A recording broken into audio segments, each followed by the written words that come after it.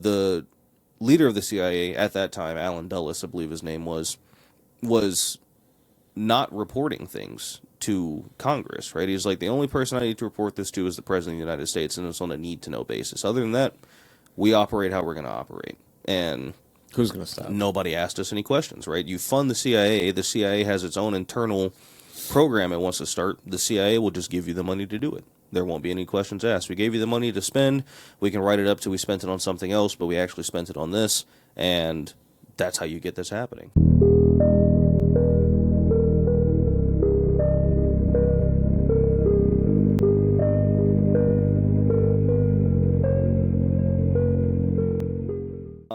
Yeah, kind of like I was saying, I'm going to reference my phone a lot. It's a lot of information, and as good as I think my memory is, I can't remember all this shit. So. No, it's too much to just, you'd have to write a book about it for you to be able to rifle off this shit off the top. And even then, it probably would still be hard to recite all that. Yeah, no, 100%. Just like the preparation I did for this was probably over the past 2 weeks. I think I was telling you, I read that book, Project Mind Control by John Lyle, twice, front to back. It's like 450 pages, something like that.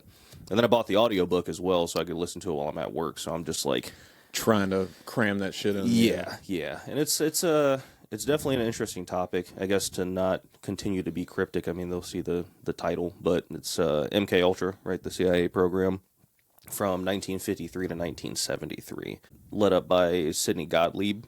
Was the man that was in charge of running it. I don't think he necessarily started it. The CIA did, but they put him in charge of that. So that wasn't his first assignment, though. Like, when he started doing it, he was a chemist before all of this, and he got recruited to the CIA to lead their chemistry team. And they were kind of focused on ways to utilize chemicals for foreign affairs against, like chemical warfare type chemical shit? warfare, adversaries, drugs to kind of subdue people, ways to have wars that didn't necessarily involve killing people, but like just subduing them to the point that they, aren't fighting.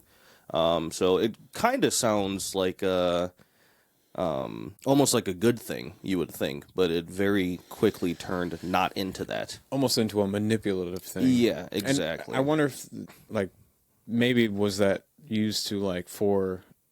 during when this came out, what years was this? It was 1953 to 1973, so right at the... I don't know if that was the tail end of the Cold War or the start of it. I don't think it was the start of it, but... Just before the start of it. Yeah, exactly.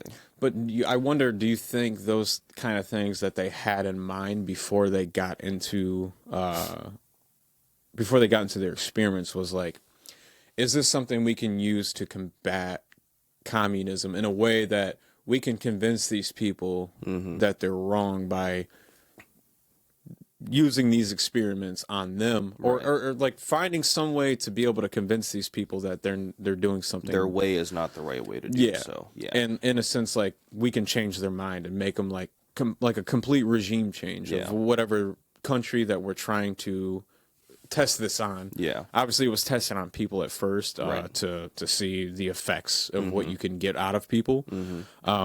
But it makes me wonder, could you infiltrate a country by doing something like this? Right. Yeah. And I think, I guess to be charitable, maybe some people in the CIA did think that, but from the research I did, it's extremely cut and clear that the only reason they started this is because they got word that their communist adversaries, China, Russia, or the Soviet Union at the time, not Russia, had already gained the ability of mind control. So they didn't want them to have a leg up on them. So they're like, oh, we got to kind of, figure this shit out, or we're going to be in deep trouble, right? So that spawned from the Korean War, right? So when we were assisting South Korea, I don't want to say seceding, but pretty much gaining their freedom of North Korea's tyranny and communist rule, dictatorship, right? A lot of American prisoners of war got captured. And so, sorry, people had some technical difficulties, but the prisoners of war got captured, and they were sending videos back. Not video, Jesus Christ. Not videos. They definitely didn't have fucking videos. On their iPhones in 1950. Yeah, they got the iPhones in 1953. But televised statements that have made news and international reports that the prisoners of war were talking and divulging information pretty freely, which to America, I guess, was not very commonplace. But they hadn't really gotten into the forms of starting to torture people yet, or have people in, certain withholdings of like sleep, food, depravity, stuff like that, that'll get people to kind of talk. Mm-hmm. So their assumption is that they had to have been brainwashed. There's no other explanation for that. So they have access to mind control somehow, right? And they needed to figure out how that could be and how they could have that as well to utilize it against their enemies and kind of control people, right? So that was the whole basis for them starting that project. Like I said, it'd probably be nice to be charitable to say that somebody kind of said, oh, maybe we can utilize this some way to show them this isn't the right way of life or whatever the case is. But from all the studies, at least that this book detailed and any of the other research, none of it at any point was ever for finding a more peaceful resolution to solving the issue of communism, right? Mm-hmm. It was more about just not letting them have a leg up on them, right? So this is also kind of in the getting into the height of the Red Scare, McCarthyism, all that other different stuff where everybody was convinced that, communism's super bad and we're going to start blaming people in our own country, doing a witch hunt to find communists, so on and so forth. So that was like their main driving force for that. And that's what kind of started that. So that's what MKUltra was in a nutshell, pretty much, was a mind control program through the use of LSD, other drugs, different methods of hypnotism, things like psychic driving, which we'll get into a little bit later with Dr. Ewen Cameron, but different ways to control people, right? And other things like getting Manchurian candidates, which I know you know about, but other people may not know. I guess the best reference I can give for it in modern times, if anybody's watched like the Marvel movies with Captain America. All right, people, sorry. Technical difficulty again. So shot's going to look a little different. CIA shutting this shit down, Man, I'm telling you, when we talk about this shit, they keep turning my camera off, dude. I'm surprised my computer hasn't crashed yet. I think I was talking about Manchurian candidate, right? So an example that makes the most sense, I think, that will be in people's more recent memory, for anybody that like watches Marvel movies. If you don't, then you ain't going to know what the fuck I'm talking about. But the movie, his buddy, Bucky Barnes, gets captured, right, by...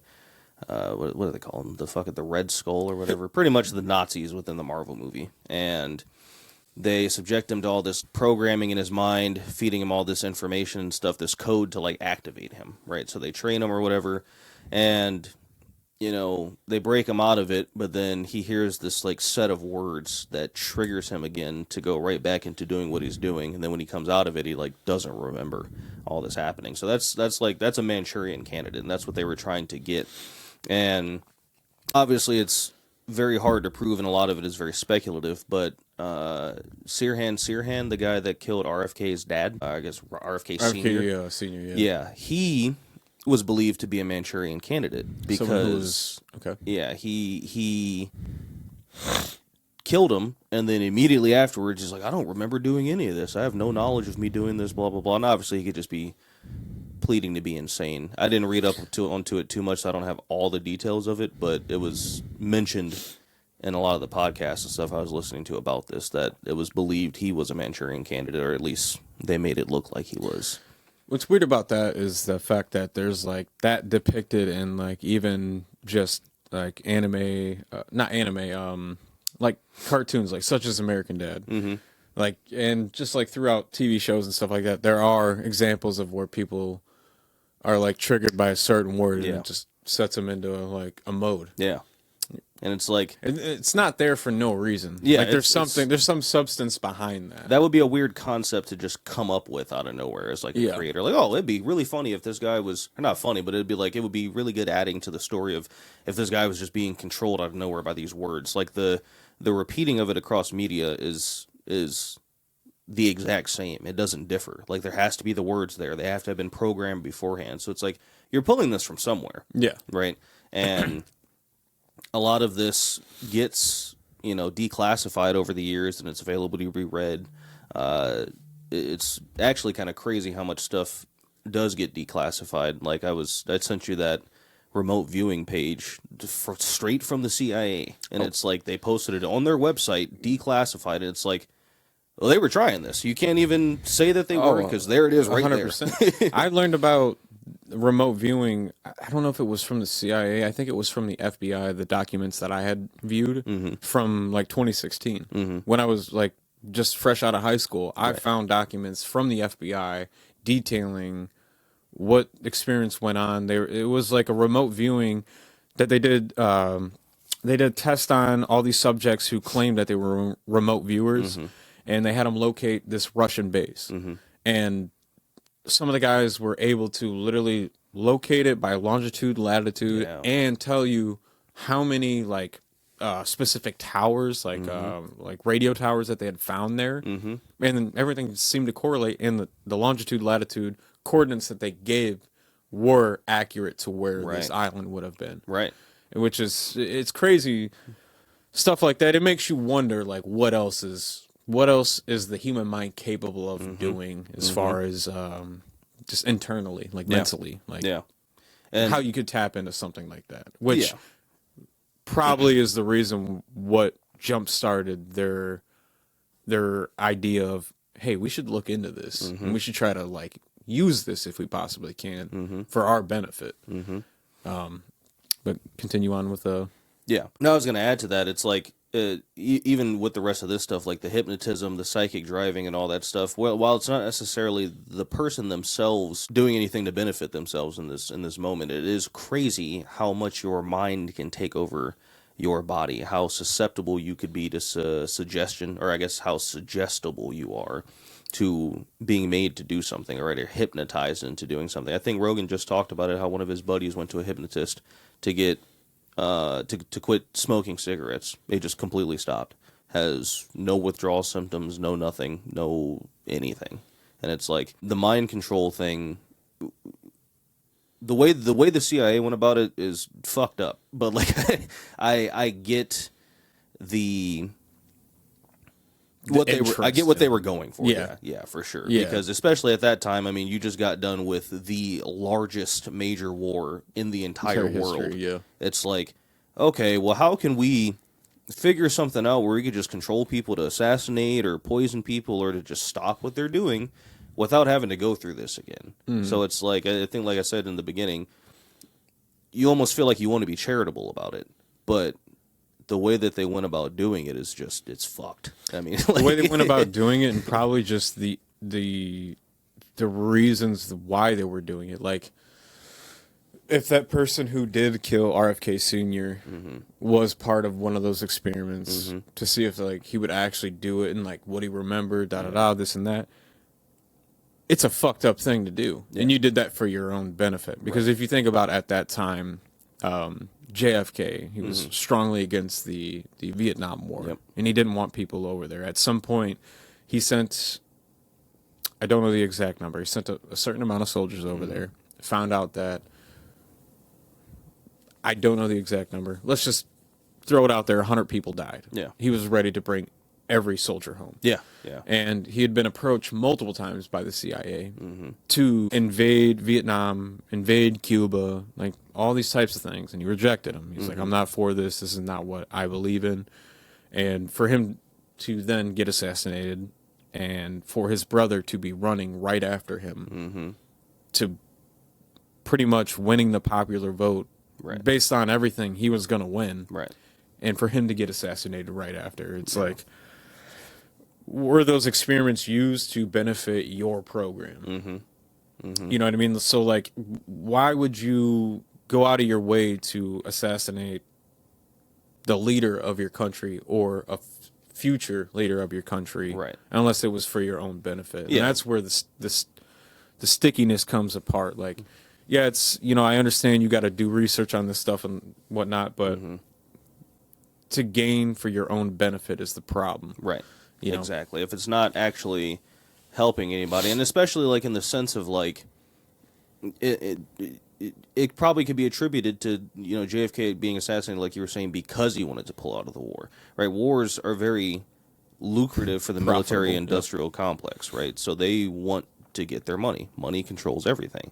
So if you have somebody that's not willing to do that and doesn't want to do that, well, what are you going to do? You're going to try and get them out of there. And unfortunately, not unfortunately, but unfortunately for them, if presidents don't do things wrong, they're there for their whole term. Mm-hmm. You know what I mean? So if he wants to pull them out, he's going to pull them out. And you're not going to get all these contracts that you promised. You might owe people money, all this other different stuff. But when you have that much money, you have influence.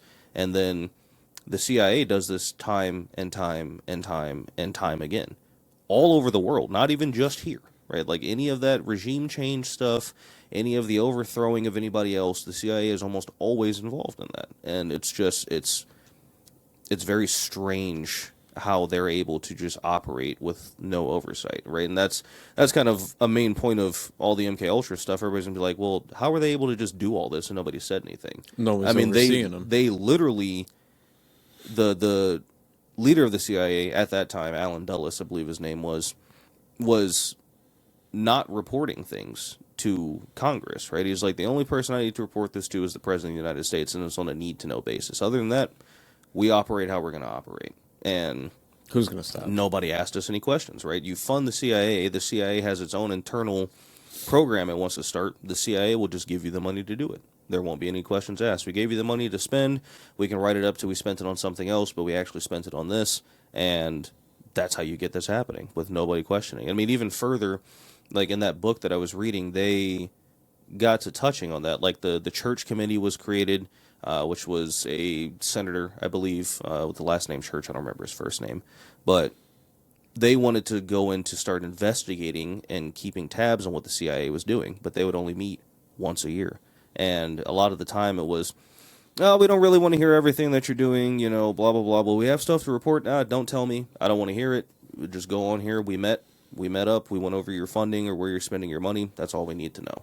And it was a blatant ignoring of what they were doing. So they realistically could do whatever they want. Especially as I get into this, you'll start to see it's like, they really were doing whatever the hell they wanted. Like, how did nobody do anything about this? But they would just cover it right up, right over it. A similarity that I can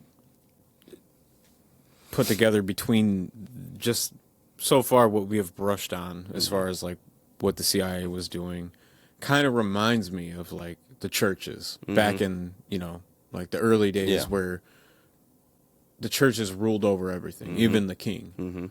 So you have enough people manipulated and bought into something. Not saying that these religions weren't like legitimate, and they weren't like they were all supposed to be harmful, but they used that power of thinking that I am the word of God and what I say goes. And that's why they were able to get away with a lot of fucked up shit. Right. Because people would be like, well, it's the word of God. That's what the priest says. We have to go along with it. And it's not on that level because it wasn't done psychologically as far. It was done psychologically, but it wasn't done through inherent drugs like LSD or exactly. It was just based on the word and the control. Okay, well, we all believe in God. You are the closest person to God on the planet, so we're just going to do whatever it is that you say. Yeah. And that's why that separation of religion and state is important, right? As much as people want to get more backed by Christian ethics, which isn't necessarily a bad thing because it is somewhat a guide on how to be a better person in life. But if you get everybody to buy into that and they buy into it wholeheartedly, well, then you've just gained all the control in the world. Yeah. Now you can say, oh, if your neighbor does something to you or if a politician does something you don't like, well, God says we have to get them out of here. You got to kill them. So then they kill them, right? Yeah. And it's like, oh, well, we did it through God. It's a slippery slope. Yeah, exactly. And you could convince that amount of people to do something like absolutely. that. And that was something I always wondered. I'm like, it's portrayed in movies and stuff a lot. Obviously, I was not alive in the 80s and all this stuff, but I mean, you had like the satanic panic, you had the Red Scare, you had all this, and I'm like, how are people like buying so heavily into this? Like, a lot of this just sounds so obviously made up and propagated to get you to do something. Like the satanic panic and like kids playing D&D, and they're like, oh, every kid playing D&D is a devil worshiper. And it's like, were you guys not thinking in the 80s, or like what? What was kind of the I think deal it's just there? being uninformed and ignorant because Yeah. you have no knowledge of what else would it be. Yeah. Like if you're being convinced by another group that like, hey, this is fucked up, like they're gonna just follow through with it, especially if they're fully devoted into whatever that ideology is. So I get how people can be like that. That's why like today's so great. Like cell phones being as bad as they are, like there's still a vessel to give you as much information as you need. And especially with AI now, like you can really confirm like certain things that you were questionable of and be able to educate yourself and no longer be ignorant to what is actually going on or what these things were used for. Yeah. So And the ability to do the research, I think, is what's like Yes. important. Because I mean, even like with the AI thing, I've used AI plenty of times, and it's given me information that I knew was incorrect, and I'm like, well, this isn't what I was looking for. Sure, it could be chopped up to how I asked the question or something like that, possibly. But at some point along the creation of AI, a human being still had to create and program this. So there's going to be biases Human in there interference, with that, right? But it still gives you the opportunity and a easier way to kind of just guide you, right? Even if you don't necessarily buy in immediately to what the AI is saying, you still have a roadmap of the steps it took to get there. Like, oh, we found this, that, and the other. Okay, well now I'm gonna go look into this without the AI and see what I find. Does it line up? Oh, this doesn't line up at all. Okay, well, I'm not going to trust it on this, but I'm going to go do my own deep dive and my own research on that. And I mean, even like I was talking about yesterday with Taylor, like people don't research a lot of stuff. People do just buy into things that they hear, right? And I guess I can't be too hard on people in the 80s because if it sounds silly to me, but there's plenty of things that we've bought into in our lifetime as adults that are going to sound silly to people, 40 years from now. Exactly. And it's like, well, why would you ever believe think that? Yeah. Yeah. So, I mean, it happens for sure. I think it just, for me, everything that was happening back in this time seems so fantastical. I don't mean fantastical in the sense of like, oh, this was like amazing what was happening. I mean, fantastical in the sense of like, a lot of this shit just sounds like made up, like make believe. So it's like, how could you buy into that? But I mean, it's the continuing knowledge of people. I mean, you didn't have access to the source of knowledge. Yeah. Yes. So the source of knowledge has become so great now that anybody can pick up their phone and look this up. But that's a foreign concept within the last, I'd say, probably 2000 and before that. Yeah. Yeah. Like you had no access to real information unless it was written books and like even like you got to think too is like as a society like you take everything you hear from your government and your superiors in that sense as what it is face value. You think it's what they're saying it is, right? And you can be fully convinced too. And what I guess another good thing about back in the day too is I feel like the news was way more transparent than what it is today, and that's where we kind of have this flaw of today's news sources. People want to separate and propagandize their own beliefs into convincing people that something is what it isn't. Right. And it's as easy as enough as convincing half the country that this person's good or half the country that this person's good. And this is where you get the conflict. And it's almost like it's warranted conflict. They want this to happen. Right. Because when you have people divided, you have it's easier way to control people. And I don't know if that's like, I don't know necessarily if that's a fact or not. But I mean, when you look into the influence that politicians and government give off, right, and the way stuff is portrayed in the news, you have one side or the other. Exactly. And that's how they want it to be. They don't want it to be like, hey, let's have a middle ground and have some real conversation.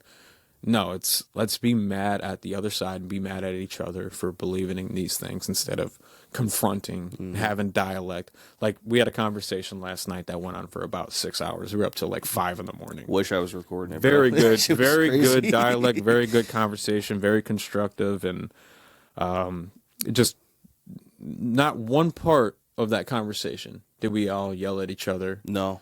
did we insult each other? There might have been 2 times where Taylor called me an idiot. Yeah, there could have been any sort of like insult, but Yeah.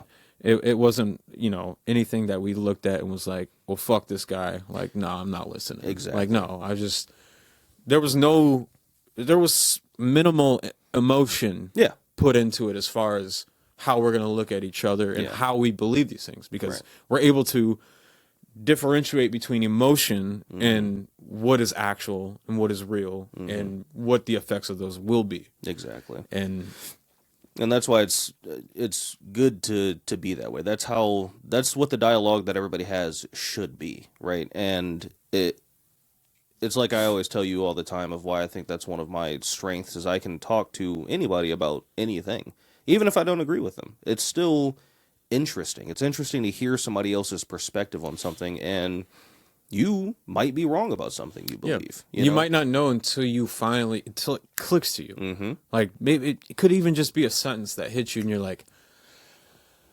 okay, I get where people are coming from now with this. Yeah. I see what they're saying about this. Right. And I may believe in this still, but I do understand that, there's a whole nother side to this, which has to be It opens the path about. For you to be able to walk down it and explore it, really, at the end of the day. Because at the end of the day, we're all humans. Nobody has all of the answers to everything. There is no, like, top perfect person that has figured out life completely, and, like, we should go to them 24/7 about everything because they know everything. Yeah. It's like when people are like, Elon Musk will figure everything out. Yeah. Probably not. No, it won't. I mean, he's good at what he does, and as far as, managing a company to make these electric vehicles and trying to do SpaceX, all stuff like that, but he's not the end-all, be-all. Like, I'm not looking at that guy like, he's the smartest guy in the world, we all have to listen to him. Yeah. No, because humans are flawed. Humans make mistakes, and humans are biased. Yeah. And if you're convinced by your side that you're this, like, that's probably my only gripe with him, is that he's so heavily politically used that, you saw the stuff at the beginning of we just cut off from there. Let's get back into what we were talking about the CIA. I feel like that's another rabbit hole. We're going down so many different things because this conversation opens up so many doors to enter. And that's just what I think so cool about podcasting, though, is like I was telling you even when I wanted to start this, right? This is the first episode I'm releasing, right? And I was super worried about having to fit into a niche about something because the conversations I have are not niched. The conversations that I have, they stem off. They go lead into other interesting conversations and topics that may not even be 100% related, but they have some crossover, right? So it's like, to me, the idea of niching myself was extremely bothersome because I'm going to force myself to only talk about this to gain a following. Well, that's not what I want to do. That's not why I did this. If I wanted to do that, I don't know, I'd go be a damn teacher somewhere. I'd just go open an MKUltra class in a college. Every conversation you're going to have is going to be layered, especially if it's like a controversial, or especially if it's something along these lines. It's layered. There's no surface value you can take it as. There's so much stuff, so much steps that go into where this thing came from and where it ends up that you have to understand. That's like the Israel-Palestine conflict. There's so much stuff that built up from history of where their land is and how it came to be to where now this land's getting pushed back and how, stuff like that. So it's a layered conversation. It's not as simple as being like, it's just, that's what it is. Right. Exactly. No, it's not just that what it is. There's history that goes into this and why it's the way it is. And you have to be able to understand that before you can even make a valid opinion on what it is. And even if your opinion is valid, it still may not resonate to what the whole conflict is. Yeah. That's why ignorance is bliss. Like, to be not ignorant, to have the full scope of what something is, will really make you understand that, hey, this isn't easy as just 1 and 2. Right. And that's with not just that, it's with everything, every problem that America faces, every problem that the country faces, every problem that the world faces. Right. It's layered. Right. And it has to be discussed that way. Otherwise, people will continue to just buy into what single narratives people put out. And you can just keep oversimplifying and oversimplifying and oversimplifying till you get to the point where this and this people are good, this and this people are bad. It's like, well, where's the in-between on that? No, there isn't one anymore. Sorry. No, it's just these people bad. Yeah, it's like, I don't think so. Probably No. not. Yeah. There's something more to it, right? And so that's the fun thing about this MKUltra thing is like this was kind of like I won't say it's the start. I'm sure there's a lot of other shit that happened before, especially during the World War. There probably was a lot of stuff that even, you know, kept us in that or initially got us involved before. Pearl Harbor was World War II, right? That was World War I. Yeah. So it's like even before that, there was probably writing on the wall that we're about to get into this, or there's a possibility of us doing this. Oh, well, how can we benefit from this? You know, and you look at things like false flagging and things like that, and a lot of stuff within the other books I was reading. It always comes up as a question. Oh, should we just false flag and do this so we can get into this, get into the war? Gives us a reason to take out our enemy. Gives us a reason to write all these contracts out so we can get more money, so on and so forth. It's multi-layered, like we keep saying, right? Like this is the branch of this. This will not be the last episode that I do on CIA involvement because there's stuff in this that has things to do with other operations, right? And they all branch off from a certain point.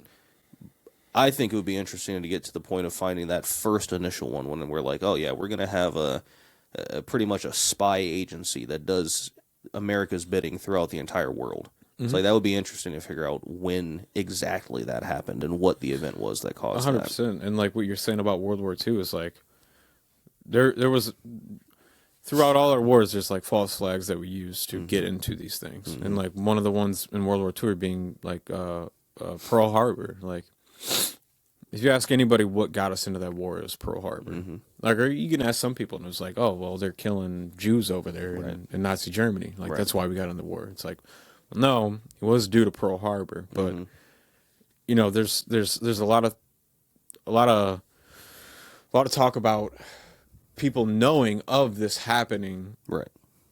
and just not choosing to warn people like, hey, this is coming our way. Right.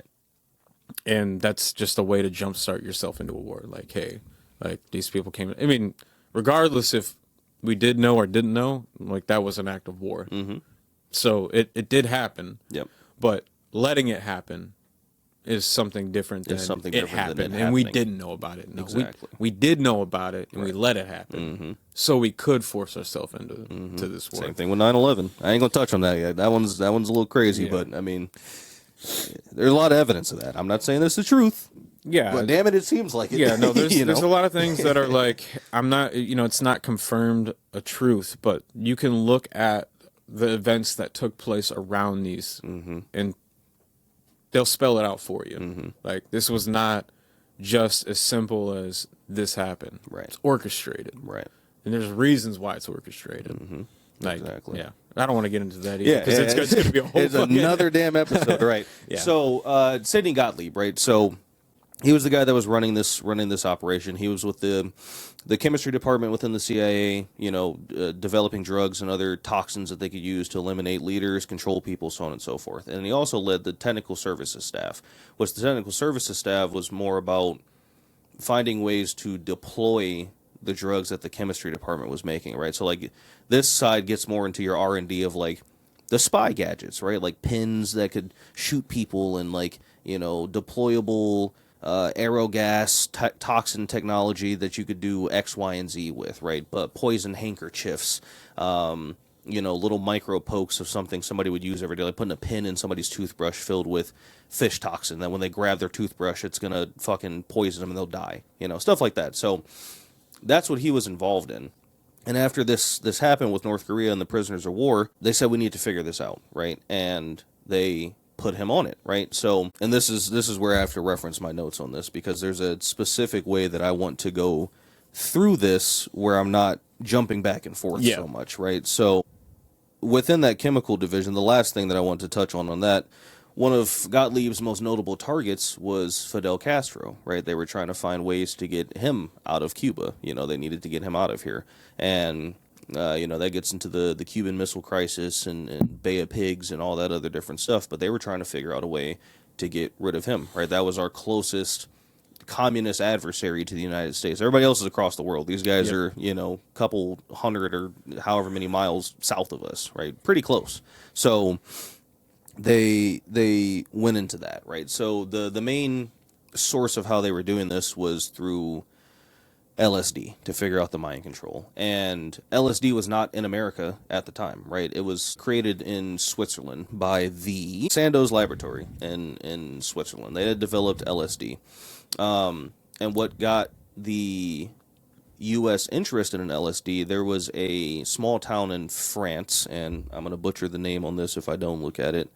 Probably butchered it anyways, but Pont Saint-Esprit, right? So Pont Saint-Esprit, they had a breakout of ergot poisoning, and ergot's a fungus bacteria that attacks grains primarily, right? So grain's a primary source of food. It's used to create bread, flour, whatever the case may be, right? So this grain had gotten poisoned by ergot, and the bakery didn't know. They made a bunch of loaves of bread. The townspeople ate the bread, and there was a wide outbreak of ergot poisoning. And ergot poisoning produces hallucinogenic effects. I was just about to ask that. Yeah, it's a big hallucinogen. It definitely can kill people, I think, though I don't know how exactly it kills them, if it's like too much, eating poisonous fungus, or if it's whatever the case may be. But within this, it was like 250 people that got affected. 50 people ended up getting hospitalized inside of sanitariums and insane asylums because they're like, these people are fucking crazy. Yeah. Like, what are you talking about? Your heart fell out of your chest. I need you to put it back in. Or, hey, there's snakes chasing me, so I'm running naked to get into the water, so on and so forth. So news of this had spread around the world. The U.S. heard about it, and they're like, oh, man, well, if a hallucinogenic effect like this can disrupt such a small town to this effect, well, how could it disrupt a large-scale town? How could it affect our adversaries and their soldiers, their military forces? How can we use this? So they learned about LSD from Sandoz laboratories in Switzerland, and they needed to get their hands on it, right? So kind of a funny bit about this, the U.S. apparently, as it's said in the book, this is not an origination of my critiquing of them, but they clearly did not understand the metric system and what grams were, right? They thought that Sandoz laboratory had 10 kilograms of LSD, which is the equivalent of 100 million doses. So they're like, we're going to offer them $250,000 to go buy up all of their LSD so that nobody else can have it. Well, they get there, and they're like, yeah, we don't have 10 kilograms. We have 10 grams of LSD. Oh. A huge difference of a scale by 1,000. Yeah. We have 1,000 times less. But they were like, well, we're still going to buy all this. It's like, that's fine. But, a little mental error. We're not giving you $250,000. Especially back then. That was a lot more than $250,000 back then. Yeah. So they buy out all their supply, and they're worried. They're like, okay, well, you're a foreign country. There's nothing stopping you from dealing with anybody else. We don't really have control over you. So we're going to try and buy all of your supply. We would really appreciate it if you didn't do business with the Soviet Union. And they're like, okay, well, we won't. And it's like, okay, maybe they won't. How do we know? Yeah. So, we need to get something locally, domestically, where we can produce this LSD. So they recruited the use of Eli Lilly. Eli Lilly is a pharmaceutical company, and it's making a lot of waves today, which I won't really get into because it's not really related, and it's not necessarily a deep dive corruption thing. But I heard about them from a guy that Rogan was interviewing, because he has a pharmaceutical company with nootropics and things to help people get their mental health back and all this other different stuff. But they primarily are producing insulin at Eli Lilly, and the big thing that puts them in hot water right now is because of how much they're charging. I mean, they're really hiking up the price of insulin. And it's like, okay, yeah, you're saying to make a profit off of this, but people actually need this to not die. So it's like, you probably shouldn't be doing that. Not related to this at all, really, but it was just interesting to be able to. I didn't know Eli Lilly went back that far. Yeah, right. And I was like, damn, I know exactly what pharmaceutical company this is. That's kind of cool.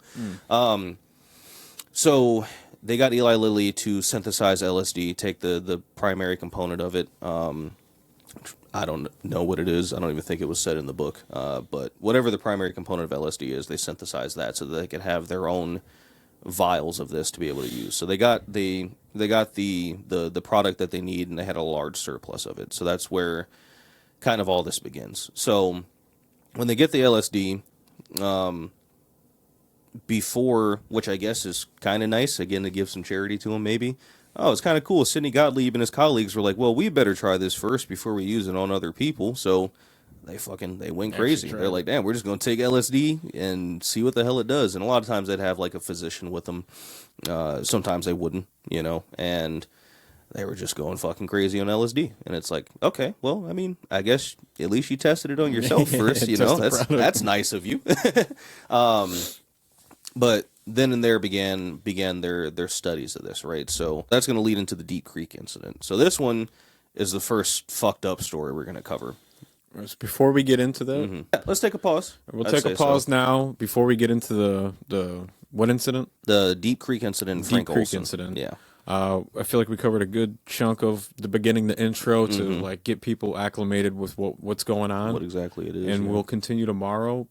Dude, this might even be like a 3-hour podcast. It could be. There's a shit ton of information about it, yeah. And even within it, there's like a bunch of subtopics to talk about with it, because I think it's nice, and that's why I wanted to do this with another person, because I could just sit here with this damn script in front of me and read this to the camera and be done in 20 minutes and do you no justice. But you're not getting more layered conversation because you got someone to sit there and combat off it with you. Exactly. And just, what is this? Or what, ask questions, stuff like that. So it's good to have that, because you're going to have people in the comments that are like asking those type of questions. Yeah. And you can get them answered on the spot. Exactly. So, and I'll be a pretty small channel, so I might be able to just answer you anyways. There you go. Yeah. All right. So yeah, we left off. We were going to start talking about the Deep Creek incident and Frank Olson, right? So it's like the first fucked up story in a long line of stories within MKUltra, right? So they were saying a little bit earlier how Gottlieb and his colleagues were like testing the LSD that they had on themselves, and then they were like, well, we got to start testing this on other people now. So the thing about it was, though, they didn't want anybody to, kind of lead off into having like an experience, like kind of faking it almost. So they were like, oh, it'd be even better if we just didn't tell them, and they're just fucking dosing people. So it starts out where it'll be around the office. They're having an office party, and they go put LSD in the punch and just like fucks everybody up. Doesn't say anything. What the and it's fuck? Like that's fucked up. Like that's extremely fucking God evil. Damn. I mean, like you're just chilling and then the damn walls start melting and you're like, oh, I'm crazy. Something's wrong. They would do this to colleagues? Oh yeah. Okay. Like literally people they worked with, people that they knew or whatever. And it was Christ. like it was two-sided, right? One, they wanted to see what it would do, but then they were like, well, this isn't really like killing me or destroying me, so probably won't destroy anybody else, so it'll just be funny. Let's just see what happens. And they get into doing that all the time, and it got to the point where the CIA had to like release a statement where it's like, hey, if you guys like dose people at work, where you're gonna get in trouble. Like you can't do that. And so they stopped like doing it at like work events and things like that. But the Deep Creek incident was something that they did regularly throughout the year, right? So they would go to Deep Creek, Maryland, and they would rent a cabin, right, to just kind of hang out. And they were talking to scientists from Fort Detrick. So Fort Detrick, they had a couple operations that they were going through themselves where they were trying to figure out kind of the same thing, right? I forget, damn it, what was their, they had an operation for it, it was called, but they initially were also trying to figure out, like, mind control and figure out ways for targeted attacks on their communist adversaries and all that. So they were studying this as well, right? And it's a group of, like, 7 scientists, and then Gottlieb and his like, top guy that he was working with and a couple other people. Well, they go there and they discuss their findings, right? Like, okay, we're testing LSD here. This is what it's doing. This is what we're seeing, so on and so forth. And they would do this all the time. Well, Gottlieb, again, this crazy motherfucker, he's like, well, we should dose these guys with LSD and see what happens. And it's like, okay, well, I mean, you didn't get enough fucking evidence from the last group of people that you did. Experiments you did with your colleagues. How many times do you need to see this play out, Yeah. But they put it into a bottle of Cointreau liquor, Cointreau, however you pronounce that. It's like 70 micrograms or something like that. It might have even been more than that, but eventually he tells them that they're on LSD and that they took 70 micrograms. So I don't know if they measured it out and they're like, well, there's 7 people here, so you all drank this much of this, and that's 70 micrograms. Yeah. I don't really know how the dosing The for measurement, LSD works, but I would imagine it's very small, given how much they bought from Switzerland, it being only 10 grams, right? So, and that being enough for what we said. We said 10 kilograms was 100 million doses, so 10 grams would be 100,000 doses because it's 1,000 times smaller, right? So yeah, a small amount can go a long way. So they all took it or whatever, and after about 20 or 30 minutes, he lets them know that they ingested LSD, right? And nobody really freaked out or anything. They weren't like mad about it, I guess, or at least according to the story, they weren't. I'd be pretty pissed off if somebody did that to me, you know, regardless of if I was fine afterwards or not. But everybody just kind of went through their trip, and everybody went to bed. That was kind of the end of it, except for one guy, Frank Olson. Frank Olson, he got really quiet. He was acting really weird, kind of internalizing it all, and they were describing it as if he went into like a psychotic break. Because after the Deep Creek incident, he went back home, and he's like acting really weird with his wife and kids. He gets back, he's not talking, he's not saying anything. She's like, hey, what's going on? You know, why are you acting like this? And he's like, oh, I think I made a really big mistake. I messed something up. And he like won't say what. And she's, you know, trying to get it out of him, She's like, did you tell some secrets you weren't supposed to tell? Did you maybe flub one of the experiments you were doing, cost somebody a lot of money? And he's like, no. It's like, it's something worse than that, but he wouldn't say what. It was almost like he didn't know what, but he just kind of felt paranoid about it. So his condition worsened and worsened and worsened, and he went to work, and he's going up to his boss, and he's like, hey, you know, should I resign? Should I quit? Do you want to fire me? Blah, blah. He's like, why? For what? You know, you're doing good work. He was an aeropathology biochemist or something like that. That's what he was doing. So he's seeing the spread of germs and bacteria and sicknesses, and that was what, like, he studied, right? So really good at his job, and his boss is like, what's going on? And he's like, oh, I don't know, like, I messed up the experiments, and I'd flubbed those meetings that we had and all that. And he's like, what meetings and what experiment? We weren't doing any of that stuff. And, you know, he just keeps doing it. He gets more hysterical, more erratic in his behavior. So they're like, something's wrong, clearly. And the breaking point for all this, he went out to eat with his wife and one of his colleagues, and like his wife or something like that. And he gets up from the restaurant, and he's like, I have to go. Somebody's coming after me. And he's like, who's coming after you? Like, what are you talking about? So he runs off, and they finally catch him, and he's just fully broken down at this point. Doesn't know what the hell's going on, scared, all this other different stuff. So his colleague that he went out with, they took his wife back home, and they're like, we got to get you some help. So they call Gottlieb up. They let him know what's happening, because the guy that was with him was also at Deep Creek, and he took LSD as well. So he's like, it has to be from this. Yeah.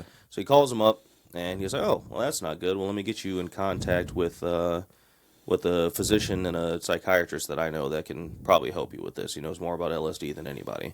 And that physician that was with them was the guy that was watching over Gottlieb and his colleagues when they first took LSD. So he kind of knew how to help people get through it and all that from seeing what they did. And he was in New York. So they're taking Olson to New York, right? He has these sit-downs and these sessions with Dr. Abramson, was his name.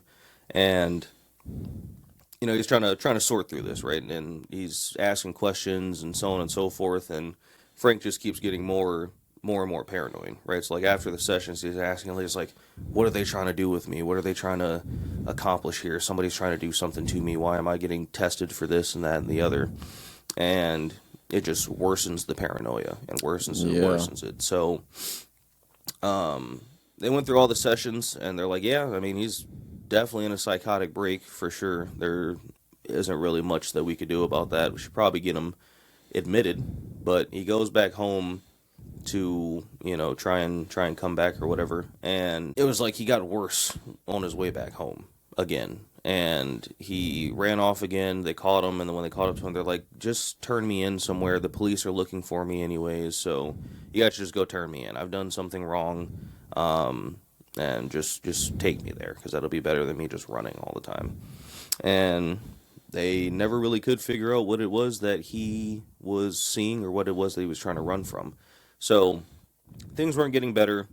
They got back in contact with Abramson, and they were like, all right, well, we need to get him admitted to an institution so that they can help him. And I don't know how many stories you've heard about, like, psychiatric institutions back then, but they're doing, like, lobotomies on people. Yeah. Like, electroshock therapy. None of this not is, really helpful. Good stuff to do. No. So, but he thought it would help, right? It was like, Abramson was like, this is a place that I trust. They should be able to help him, so on and so forth. But they were trying to get him admitted that day. They were going to take a same-day flight back out to New York and get him going, but the sanitarium needed one more day to get a room prepped for him. So, Olson and one of his colleagues, they stayed in a hotel that night before they flew out. They were going to have, leave in the morning or whatever and just stay at the hotel by the airport. And Frank, out of nowhere, is getting better. He's very calm. They're having drinks. They're eating food. He's seeming like he's okay. So he's like, oh, okay, well, this is like the first time in, a couple days where he's actually just calm and being okay. Maybe it's wearing off or regressing or whatever the case. So they're in the hotel, and they're sleeping or whatever, and Olson snaps right back into it. And they're staying probably on, like, the 7th floor in that hotel or something like that. And he broke out of the room. He went and ditched his wallet. He ditched any of the money that he had. He tore it up, threw it all away. He was going to run away again. And they found him one last time. They brought him back. They go back to sleep, and out of nowhere, he opens the window. He jumps out the fucking window. And the guy that was with him, he was like, yeah, I heard a noise, and I saw the windows open. And, Olson fell all the way down there. He died. Like, yeah. I mean, you fall 7 stories, you're fucked, pretty much. Or you would hope, at least. But he's like, I heard the noise. I obviously can see jumped. I looked out the window. He's down there dead. And rather than going down there and checking on them, the guy just locks himself in the bathroom and waits for the police to come. He's like, there's no point in me going down there. Everybody else is already looking and helping them. So the police will be here soon. I'll just wait here. And that's what he does. The police come up there. They question him. They're like, yeah, I didn't throw him out the window. The motherfucker just jumped. And there's always, like, a question of foul play with that. It's like, well, did he jump, or did you, like, throw him out the window, or whatever the case was? And ultimately, the colleague never ended up getting in trouble for it, because it was just assumed that he jumped. Now, way later, Olson's family hears about MKUltra coming out, and they're like, oh, well, that's the same time frame that my husband, my dad, lost his went shit. crazy. Well, I wonder if he was in on that. So they had the CIA investigate that or whatever. And the only thing that was weird about the incident was the way he fell. He didn't fall, like, backwards and, like, hit his head. He dove out the window like he was diving into a pool, and then he's, like, flipping around in the air, and he ends up landing leg first.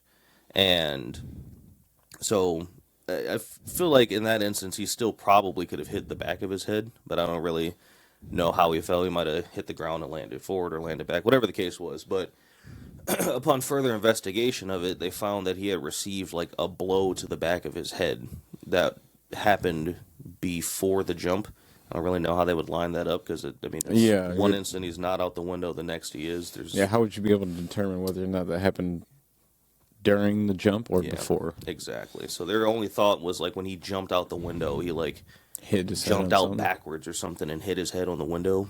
I don't know.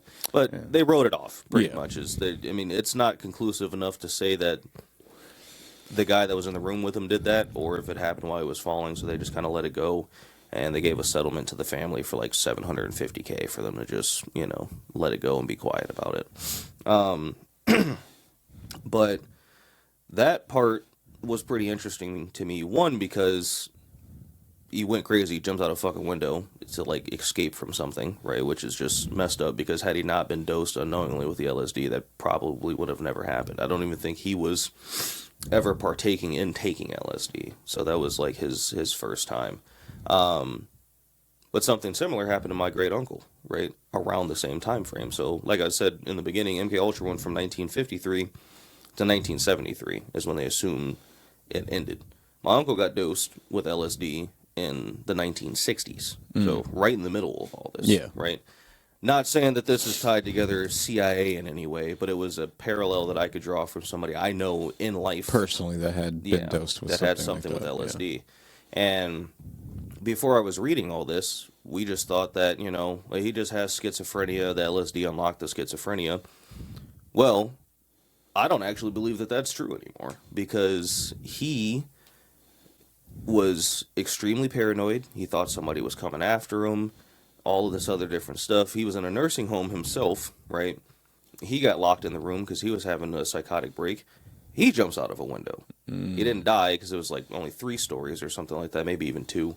But he messed his legs up pretty bad, you know. And I was like, well, I mean, that story is way, way too similar to... Yeah, the correlation is like damn near parallel. Yeah, so it was just interesting to me that it presents the same way when people have psychotic breaks from LSD, that they get the same symptoms. Frank Olson wasn't schizophrenic. He got diagnosed with extreme paranoia due to LSD, but my uncle got diagnosed with schizophrenia, and it unlocked his schizophrenia, the LSD, and it's like, I don't really think so. I think the LSD just makes gave him a psychotic like break. that, yeah. Yeah. So that was pretty crazy. He didn't get put into like an institution or anything like that. But my great-grandmother got him put on this medication, and the medication seemed to make everything a lot worse from what I was told by my grandmother, which was her brother that happened to. So yeah, that whole thing was just super interesting to me, and it's fucked up, and that is what barred me from being partaking in any kind of psychedelics for an extremely long time. Yeah, and I'd imagine it always so. made me extremely nervous, because I'm like, well, damn, could I end up the same way if schizophrenia runs in my family? And obviously, as you know, I've taken psychedelics now, and I don't go crazy, but I haven't. I also haven't done LSD. I ain't touching LSD after reading this fucking book. Never, never. I don't give a shit. No, I'm good. I like to stick to mushrooms. Yeah. Obviously, weed. Weed is psychoactive. And then the only other one I probably would try would be DMT, but that's kind of where I want to keep it at. Yeah. Draw the line there. Yeah. Weren't you telling me there was a guy that did DMT so much, and I don't know if this was like just a story somebody was telling that you heard, or if it was actually true, or if they confirmed it, but he was seeing normally out of one eye, and then the other eye is like seeing other shit, or like yeah, vision was Neil split. Brennan, comedian. He was one of the writers on the Chappelle Show, and he's a great stand-up as well. But check out his story. He was on Rogan talking about it, so you can view it there. But yeah, he had like not an everlasting trip, but I mean he was consumed by it for a long time. Yeah, like he would, from his words, he was seeing DMT out of this eye, normal world with this eye. And just like, fuck, dude. I wonder how that blends too. Like, did it overlay itself, or was it like he could see it if he closed this eye, seeing weird shit, and this eye it's like not weird? I don't know. Or how that would blend in real life. I guess that's what you get for abusing the usage of some of these psychedelic things. Maybe they're only meant to be used at a minimal rate. And he was going on a kick where he was doing a lot of trips, like heavy, like big trips, like a lot of big mushroom trips, DMT, ayahuasca, all that. So that makes me wonder about those people that they did that experiment with, where they're keeping them on like a constant drip of DMT. Yeah, Graham Hancock was talking about that. It's like a slow drip of DMT being injected into you. Yeah, and they would go through and like map the world that they were seeing. Yeah. I wonder if any of those people went fucking. They had. I'm curious. I would need to hear about the studies that happened with that. And there's a documentary called DMT: The Spirit Molecule. And I feel like they did something similar to that. Well, they did tests on people with DMT, but I got to check that back out and see how everything went with that. Yeah. But a lot of people have a lot of similar trips in the sense of they're seeing the same things. And they feel like they're going to the same places. So very interesting. I mean, and I don't know how LSD differs from that. Like LSD's man-made, right? Yeah. Yeah. It's not just like, It's not like something a you could naturally pick up occurring and thing. yeah. I think it's chemically created rather than like from a plant or something like that. Yeah, because I know that was like part of the research that I saw way early on, where I was kind of convinced that it'd be okay for me to do mushrooms because like a lot of the man-made stuff is more dangerous because it's not natural. It's not a naturally occurring substance in the world. So, like LSD, acid, all of that stuff. Whereas shrooms, DMT, we produce DMT. That's why we dream, so on and so forth. That's kind of the idea of your life flashing before your eyes when you are dying because you're just getting a full dump of DMT. That's always been super interesting to me anyways. It's a bit of a sidebar from this, but like the whole idea of whether or not heaven and hell is just created inside of your mind when you die. Yeah. Because if you get a little bit of DMT release and that creates dreams, and I've had some crazy dreams. I know you've had enough dreams to know that I woke up thinking shit really happened. Yeah. Or like you really went through an experience. Right. Yeah. So if you got like a full fucking dump of all the DMT in your body, that could probably create a whole new reality for you. 100%. You know, you probably live another life. Yeah, exactly. Yeah. So that's always been super interesting to me. But continuing along the line of like stories and things that would kind of happen, there was another subproject of MKUltra. So MKUltra altogether had somewhere in the realm of 149 subprojects that would focus on different things, kind of with the same goal, but they would test them in different scenarios. And anybody that's familiar with this topic, they would have heard of this, but Operation Midnight Climax, where they set up all these safe house brothels all over the United States. One was in New York. They had another one in San Francisco, and then Marin County, which the way that I read it in the book and from everything that I saw, Marin County wasn't like Marin County, Washington, or Marin County, California. They just said that one by itself. So I actually know where that is, but that was the three that they had. Okay.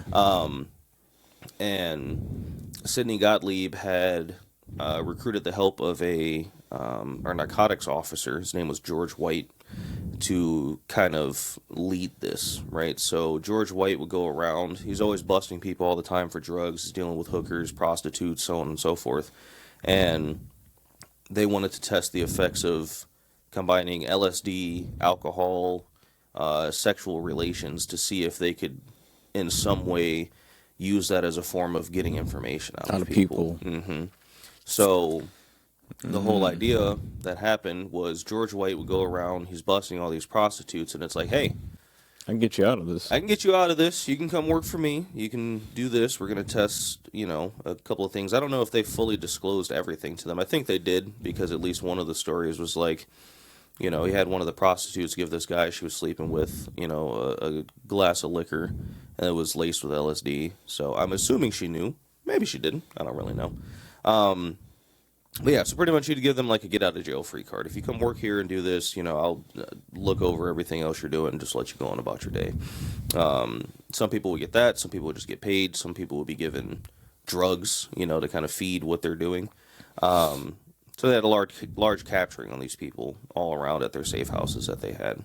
Well, they would go after high profile people, probably I would assume at that time mob bosses, probably politicians, people that worked in, public offices, mayors, senators, stuff like that. I would imagine that's what they were doing.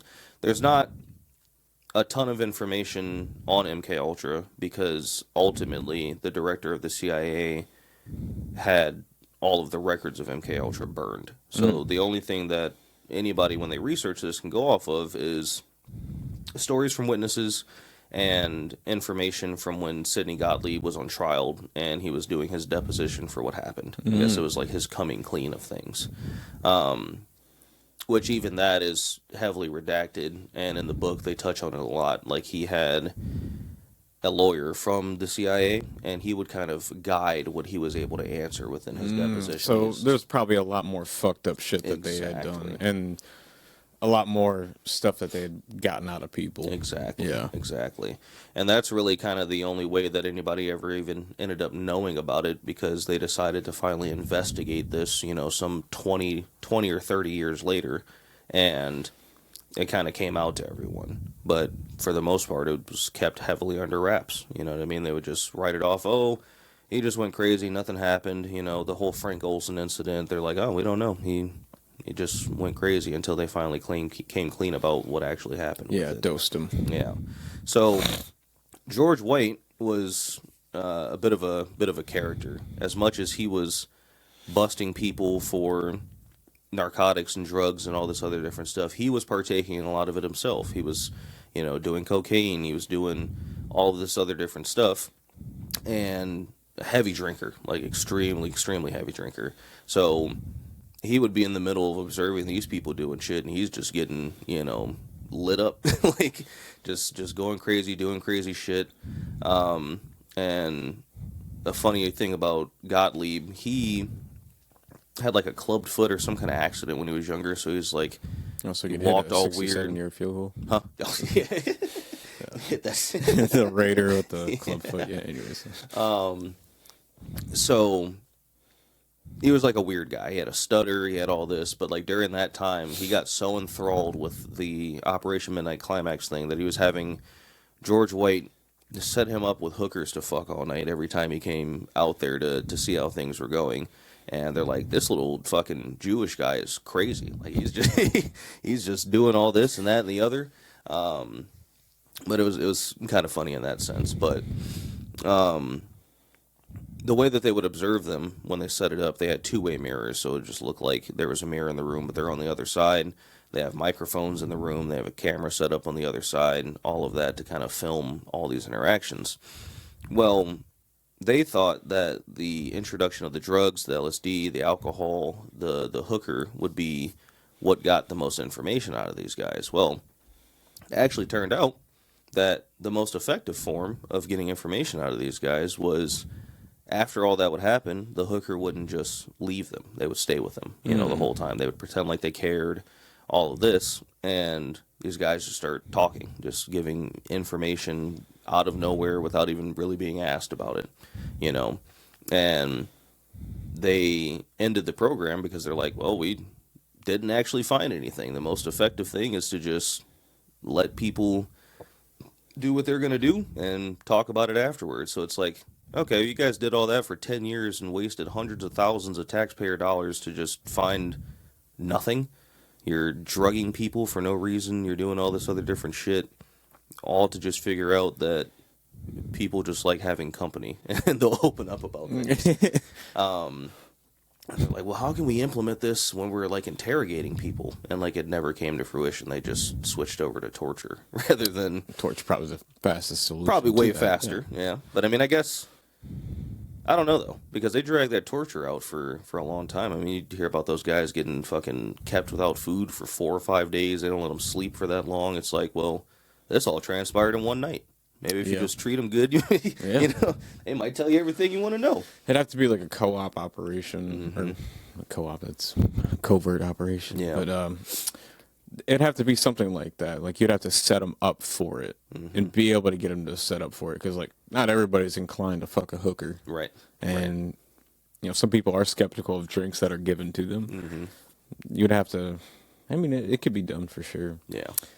But I would imagine the torture is probably more effective. And more times than not, I'm sure they're getting the information they need out from torture, like a lot sooner. But there will be people, like you said, that they starve them for 4 to 5 days, this and that. So all these guys were like dying when they implemented that. I remember hearing a podcast about one of the guys that was in the CIA when they first started actually torturing people, and he was like a whistleblower on the fact that this wasn't right. Like, they shouldn't be doing all this stuff. And, like, he ended up going to jail, all this stuff. They, like, threw him under the bus pretty much to, like, ruin his whole life. But, I mean, like, people were dying left and right from the shit that they were doing to him. So, and this isn't that long ago either. It's always astonishing to me to kind of think back. It's like, okay, well, I have, like, family members that were alive from that time, and there was this much lack of knowledge back then about how to effectively do things in a less barbaric way. Like, super odd to me. Like, even the sanitariums, like, they're like, oh yeah, well, let's just see what happens when we start cutting pieces of people's brains out and like just shocking them to see if that can fix them. That's your best idea? That was the best thought you had? Lobotomizing people? Jesus. Yeah. Like, one of the first guys that started doing lobotomies, he was like divulging to his son that like this is like such an extremely barbaric thing. They would take an ice pick and like shove it through like the nasal cavity up the front into the brain, and then he was like, you just take it and you just start fucking twisting it inside of there, and like Just that fucking up the whole frontal. Yeah, it's like that's the lobotomy, and it's like half the time these people just either die or they come out vegetables. They can't fucking talk anymore or do anything, and it's like, so why would you keep doing it then? Yeah. Is it actually serving any purpose, or like? I mean, that makes me think, like, it's not that they didn't know what they were doing. They knew what they were doing. Yeah. Because why the fuck would you continue to do that if you had already, from experience, seen what that result was? Like, it didn't fix anybody. No, not at all. It's almost like you just wanted. They just wanted to do this Yeah. shit. People are crazy, man. It makes no sense. For sure. So, kind of leading into that, along the same lines of subprojects, there were also other notable figures.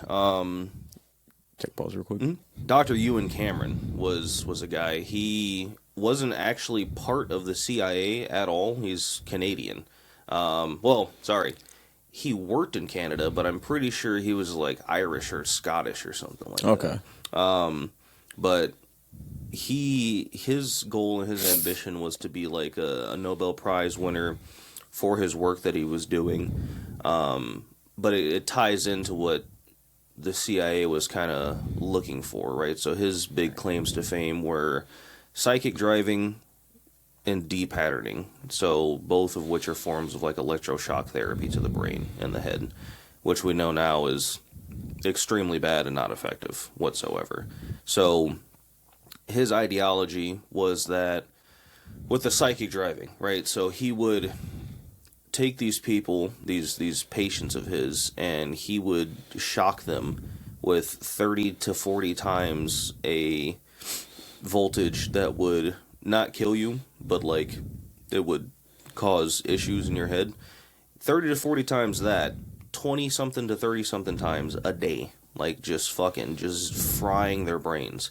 And the idea was to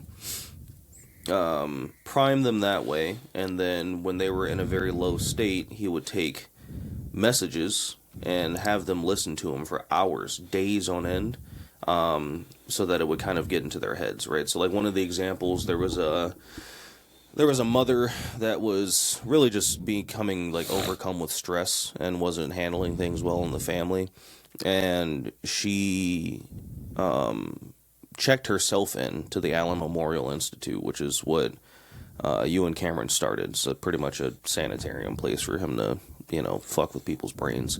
And she checked herself in. She thought something was wrong. And he did all this to her, and then he'd have this message where it's like, why aren't you a good mother for your children? Why aren't you a good wife? Blah, blah, blah, so on and so forth. And he'd have her listen to that like over and over and over again. And he'd keep logs of it. It's like, okay, after 5 times listening to the recording, she's acting this way. At 15 times she's acting this way, and it's like, by time 100 she's like completely just lost it and can't stand to hear the message anymore. It's like physically causing her pain to hear this or whatever.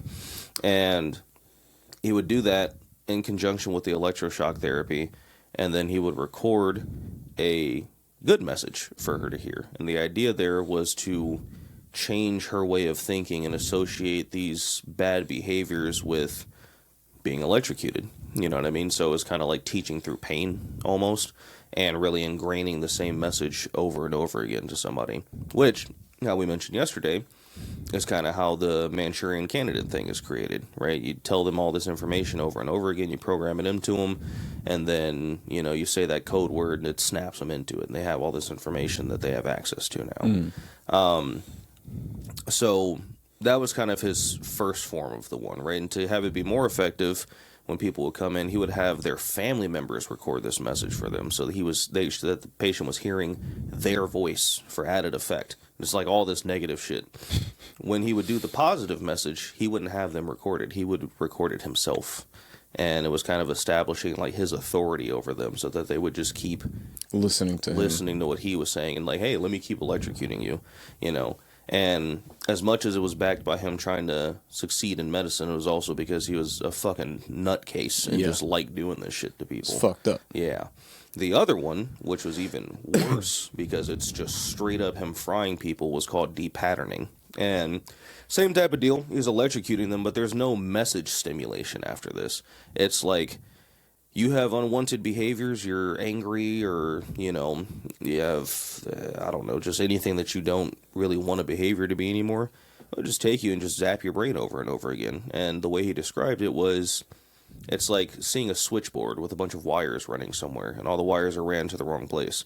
So, if I electrocute your brain enough, it'll take those wires out, and then we can realign them with certain stimulations to put them in the right spots, right? So like finding the pain center in the brain or the pleasure center in the brain and stimulating those areas to kind of drive it to do what you want, right? So depatterning and then repatterning. Well, unfortunately, there was no repatterning to this. These people would then go from, you know, lively people to just brain-dead vegetables after this. You know, they can't talk or do anything for themselves anymore. There was one that they did with a college student. She was like in the medical field or whatever, and she went in for a reason, I forget what it is, but he did that to her, and she goes from being a real smart girl to only talking like a baby and asking for a bottle all the time, and she'd just like piss on the floor and never came back out of it, you know. So it's just like, this guy's just ruining people's lives. And like, yeah, maybe he thought he was doing it for the better good of people, but then he had his own, you know, selfish reasons for this, and he never had any remorse for it. Like, one of the patients got out kind of early, right, where he was doing this to her, and her sister went to go visit her or something like that to see, and she's like all fucked up. It had only been like 3 days. So they're like, yeah, you have to stop this right now. You're not doing any more of this stuff to her. And she kept most of her memory. So once she fully recovered, she went to go confront him about it, and he's like, I mean, yeah, I did it. Oh, well. And she's like, well, what were you doing to all these other people, you know? I want to talk to you man to man. And he like looks her in the face, and he's like, well, fortunately, you're a woman, so I'm not going to talk to you. And she left after that and never saw him again, but he was just left to his own devices to just do this people for 20 years, you know? And this was, I won't say common among sanitariums, because he kind of was the one that started that, but it became, you know, widespread. So that's where you hear all the stories about the lobotomies and the electric shock therapy and all this other different stuff happening. And it's just one of like the most horrible things that you could do to somebody, you know, like you get no benefit from it at all. Yeah. It's all detrimental. There's no plus to it. I am curious what they do today in those sanitariums. I know most of them have closed, though. I don't think a lot of them even There's a lot of them anymore. a lot of the mental help that they did have is all closed down. Maybe for better. Probably for the better. Yeah. You know? I mean, like, yeah. Based off of hearing this stuff. Let all those people out into the world. It's a good idea to close all that shit down. Yeah, you're just fucking torturing people. Unless you're day. Actually offering mental health. Yeah. And help for that. Yeah. I wonder what the... Well, actually, I feel like I know what the fucking... what they do today. They just give everybody medicine for everything, which it's not as bad as the torture, but this medicine also fucks people up a lot too. Yep. You know, a lot of these what do you call them? SSRIs. Yeah. Fucks a lot of people up. My sister got on them one time, and she was like, "Yeah, I don't know." She's like, "I don't know how I feel about them, but like I feel like I'm better without." Mm-hmm. So, and people were getting like symptoms of like suicide from it and homicide. Yeah, what 80% of active shooters were on some sort of SSRI or something like that, and they stopped taking them. It's a reason for that. Like some of the shit, I don't know. It's got to be investigated into. Like, there's a reason why. Like at the end of every commercial, they're like, "Well, you got all these health issues. All this stuff can happen to you." If one of the things is you may become suicidal or homicidal, I mean, should you prescribe this Probably to shouldn't be anybody? giving it to people. No, no. It's Why fucked up. take the chance? Yeah. You know, I mean, it sucks for the people that are going through it, and it's like, oh, well, there's just no help for me then. And it's like, well, I mean, that sucks, but yeah. Like, if the alternative is there's like a fucking 20% chance you're going to go shoot a school up after this, I'd rather you just deal with it. You know, if that was me, I'd rather just deal with it instead of losing my entire life or hurting somebody else because of it. You know, I mean, that sounds terrible. It sounds heartless, but I don't mean it in a heartless way. It's just sometimes you got to look out for the betterment of all people. Yeah, you know, 100%. Yeah, life is not fair. Life sucks, but shit, fuck it. I'm not a doctor though, so I don't know. I don't have the answers. You know, maybe it does help some people, but yeah. For the chance that 80% of those people who get on these things or not 80% of them, but majority of the people who have shot up schools or shot up like mass shootings or anything like that, because you're on these drugs, I mean, that's a red flag. Yeah. And that's not good. No, it's not at good all. by any stretch of the imagination. And Not if at that's all. what it's doing, then yeah, I mean, it sucks people can't get the help they need if it does help them, but I'd rather not see anything like that happen. Yeah. And that also helps me understand why there's so much of an uproar all the time when they like defund mental health and all this other different stuff, because it's like, well, that's probably a better idea to fund that stuff. You know what I mean? I mean, I even just think about it in terms of like when they were talking about requiring a psychiatric evaluation before people could buy a gun. And it's like, okay, well, like, I mean, do you know how easy it is to like fake things? And just like, easily. I mean, what do you think a psychopath is? Like, the reason it's so hard to detect psychopaths is because it's hard to tell when they're lying. Yeah. It's hard to tell when they mean something when they don't. So it's like, yeah, it's probably not going to solve anything. I don't know what would solve it. I don't know what, you know, the alternative solution is. to it, It's just like it's a tough issue to figure out, and you would think that there would be more effort and resources put into having it figured out, especially since it's such a big problem, especially in America. But I don't know. The CIA probably doesn't want that figured out either. Yeah, they probably got something to do with that shit. Yeah, you know, realistically.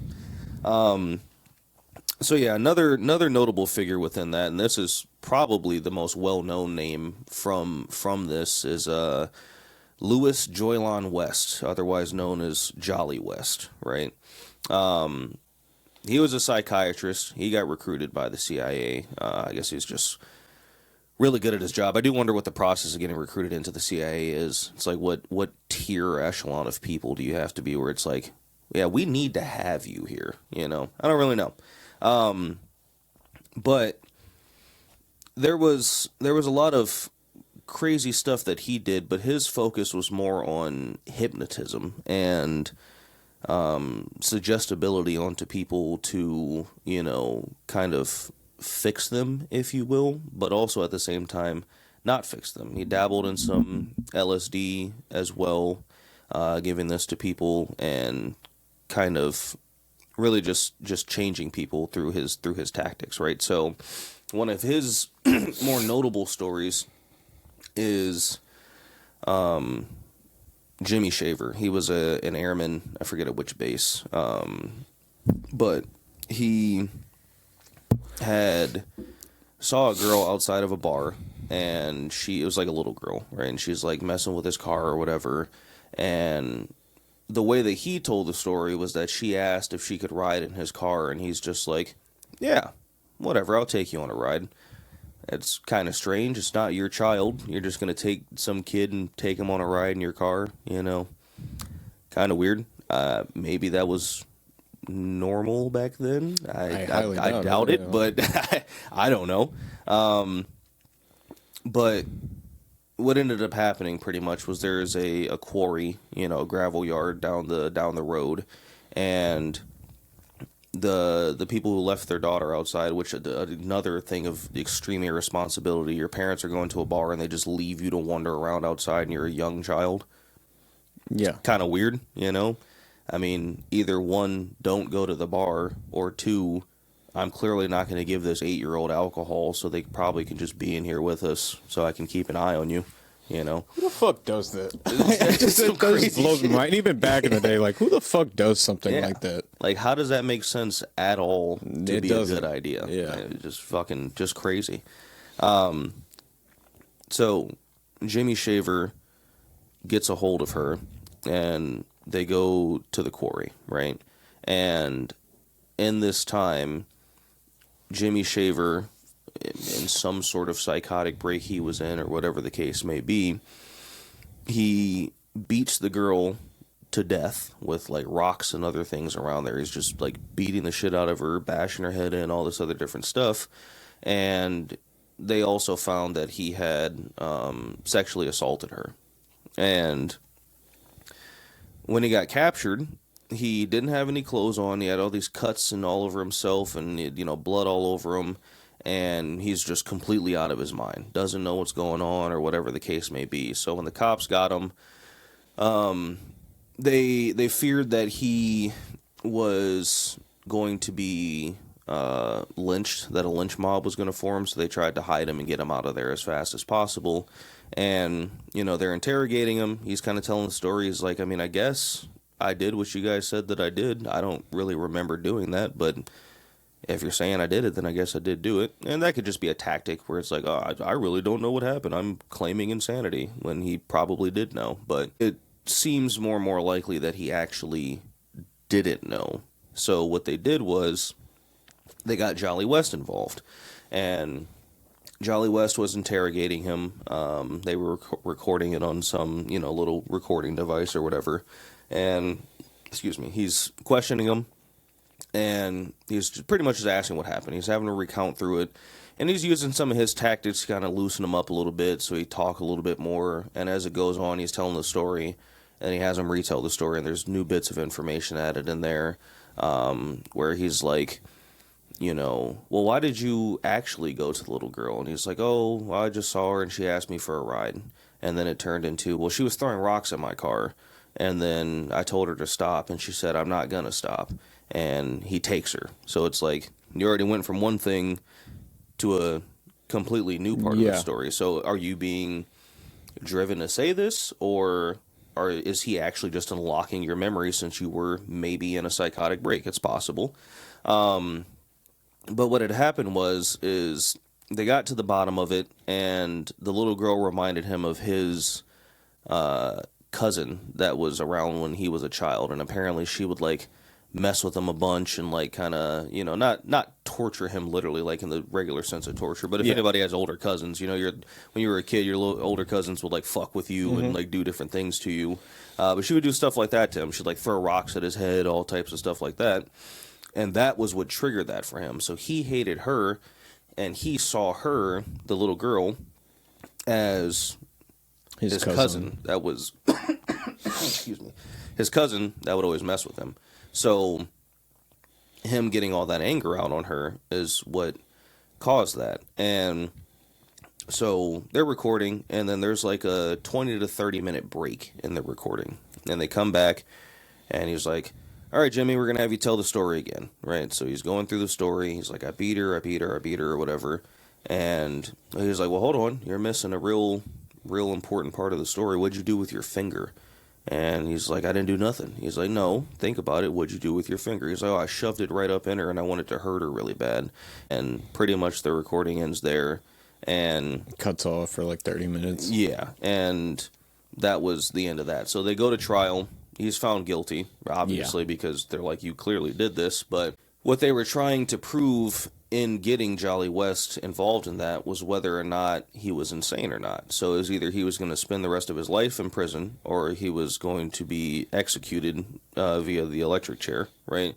And that was all they were trying to prove in doing that, whether or not he was insane, whether or not he could just live his life out, or if they were just going to kill him right then and there. And even through all that, one of the cops that was on there, he's like, I've been doing this a long time. I don't really care what that doctor says. He's not insane. He did this. He knew what he was doing. So ultimately, he gets sent to the execution, or the electric chair. They kill him or whatever. And there's a part of this that I'm blanking on. It's an important part to tie it together. 1 second. Have to reference my notes.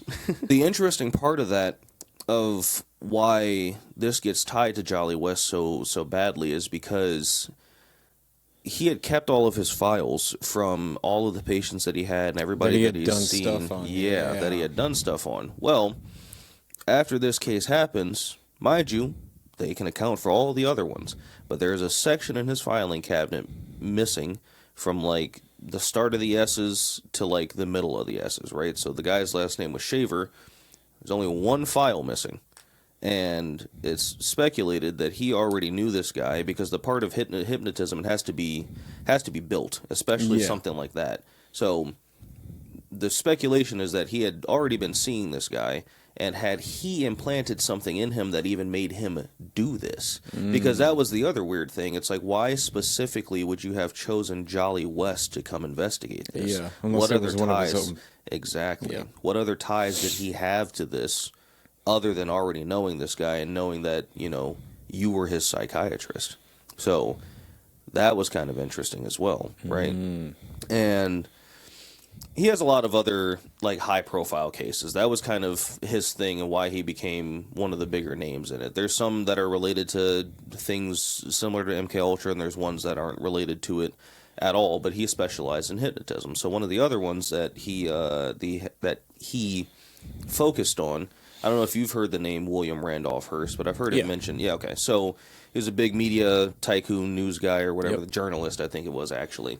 Well, his granddaughter, Patty Hearst, got kidnapped by this group, and just because I'm not remembering their name specifically. Sorry, guys. It was the SLA, the Symbionese Liberation Army. So it was like kind of like a little militia group started, and they kidnapped her, right? They're looking for like ransom money. So, you know, she was being kept in a closet, you know, blindfolded, not being fed. She was being beaten, all this other different stuff. And then they would have her have recordings that went out saying, "Oh, I'm okay."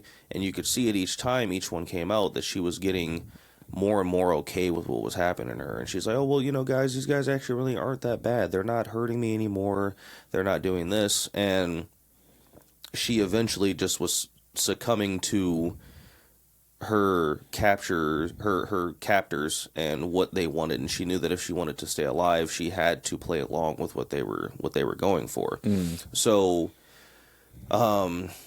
They keep doing hits on certain things, robbing things, you know, killing people, so on and so forth, and they needed to be stopped from this. And eventually the police goes in, and they're trying to stop them and capture them. Well, they put a hit out on the apartment that they were staying in, that they knew they were there. And Patty Hearst happened to not be in there at the time, and she was out running errands or something like that, and they killed everybody in the Symbionese army or whatever. And they were also going to kill her if she was there, because now she was starting to do these raids with them and go and rob places and go and doing all this. So she had completely just given herself up over to them to do what they were doing. Well, when they find her, they're trying to try her. They're trying to put her in prison because she did technically do all this stuff, but they brought in Jolly West again to see if he could figure out whether or not she had been brainwashed or if she had been hypnotized or anything, convinced to do this, right? And what is that called now? Like, it's like you see it in like criminal shows all the time when people kidnap people. Munchausen syndrome? Yeah, Munchausen syndrome, right? Yeah. Is it? I think so. When you're convinced, like that one chick that Stockholm syndrome. That's what it is. Yeah, and that's probably ultimately when it ended up happening, right? But they didn't know that at the time, I guess. So he was brought in to defend her, and, you know, he tried to do a good job, but he kept contradicting himself a lot, where, you know, they're like, "Oh, it's actually easy to hypnotize somebody, but they also can come out of it too if they're not doing it over and over again." So kept implicating himself, and he implicated her, and she eventually was tried as guilty, and she went to jail for it. I think she was able to get out way later, or whatever the case may be, because they actually finally realized what really happened to her. Yeah. But this girl was kidnapped at a young age. She was pretty. I think she was 19, maybe. Damn, dude. Turned out by this militia. Yeah, they raped her, did all this stuff. Yeah.